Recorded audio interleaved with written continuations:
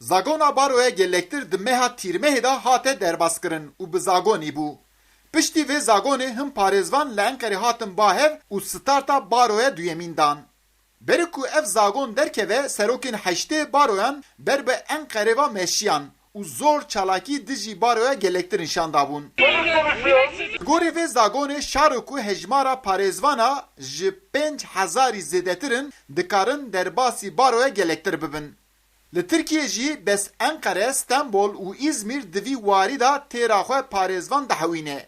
Li Enqerê ji bo damezrandina baroya duyem dibin serperiştiya parêzvan Ali Aydın Akpınar, Yakup Erikel, Mehmet Hakan û Eyüpan Korkmaz û bi beşdarbûna gelek parêzvana starta tedayîn.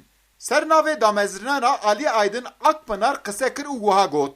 Bize göre ülkemizin hukuk düzenindeki eksiklikler... Li gorî me rastkirina zagona baroyan tiştekî gelek giring e.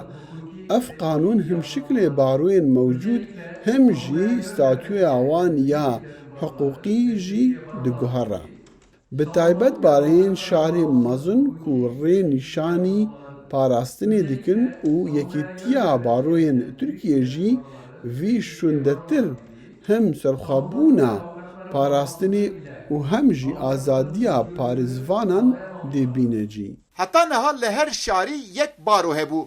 Hemû parêzvan jî pêdivî bû ku şarên xwe da di yek baroyê da qeyd bibin. Piştî ku baroya duyem hate rojevê, zor parêzvan jî ji bo baroya duyem veqetiyan.